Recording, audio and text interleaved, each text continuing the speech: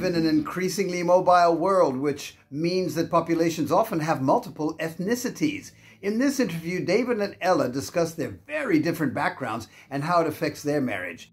That there are differences in your personalities which make you stronger as a couple, and as such, David is polishing Ela and Ela is polishing David. Steel sharpens steel. Would you agree with that?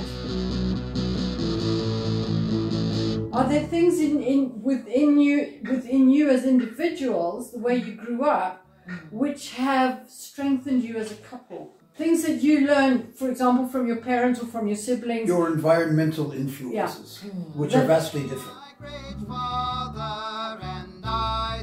They are vastly different. We're from different parts of the world originally.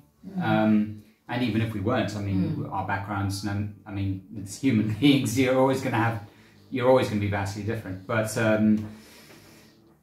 I think we were able to find that we had enough common ground, at least to establish a foundation for our relationship.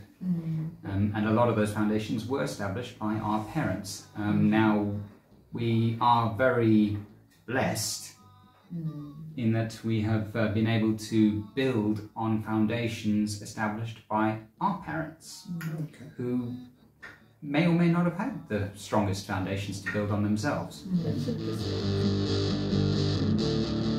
Courtship in your marriages is an important thing, to continue with an attitude of courtship. Can you give me some examples of what it looks like hitting the ground running? Just to give you the context, we decided yesterday we were going to go for a walk. David, did you do something? Show her where her shoes were, for example, or find her coat?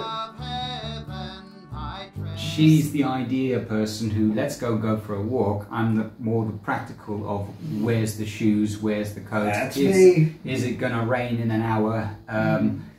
Those kind of things, or if we're traveling somewhere, where's the passports?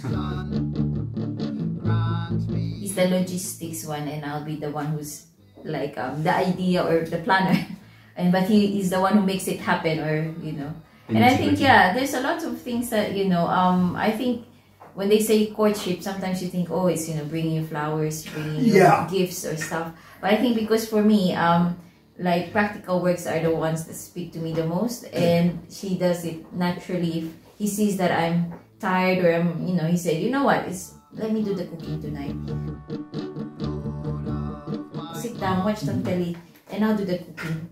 And by the same token, when I see him really tired and or he's had a rough day, I said, let me come down and just be there with him and listen if he wants to. And because I used to have the habit of giving him advice, but I've learned that over the years, like, what, sometimes he just wants me to listen.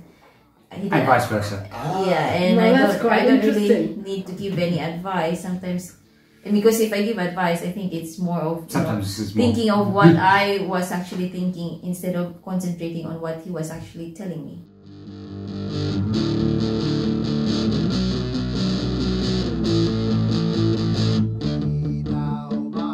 So, do you and your significant other come from radically different backgrounds? I believe that even if you were only streets away from each other, there are probably huge differences. It's all part of the fun. Next week, we'll continue with David and Ela with a question. What do you want to see in 30 years' time? See you then. God bless and bye for now.